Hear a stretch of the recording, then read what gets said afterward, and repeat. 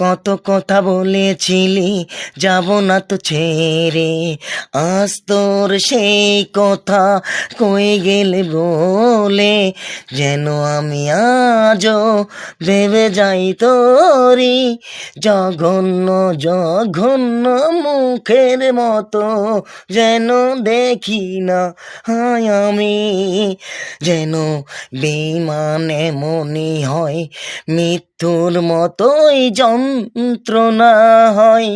তাই তো বলি বন্ধু শুনো তুমি, সুর নাই কণ্ঠ নাই এই ভাঙা কণ্ঠে, বলি আমি শোনো নারী মায়ের জাতি, ওদের জালের মধ্যে পড়িও না তুমি, ধ্বংস হয়ে যাবে।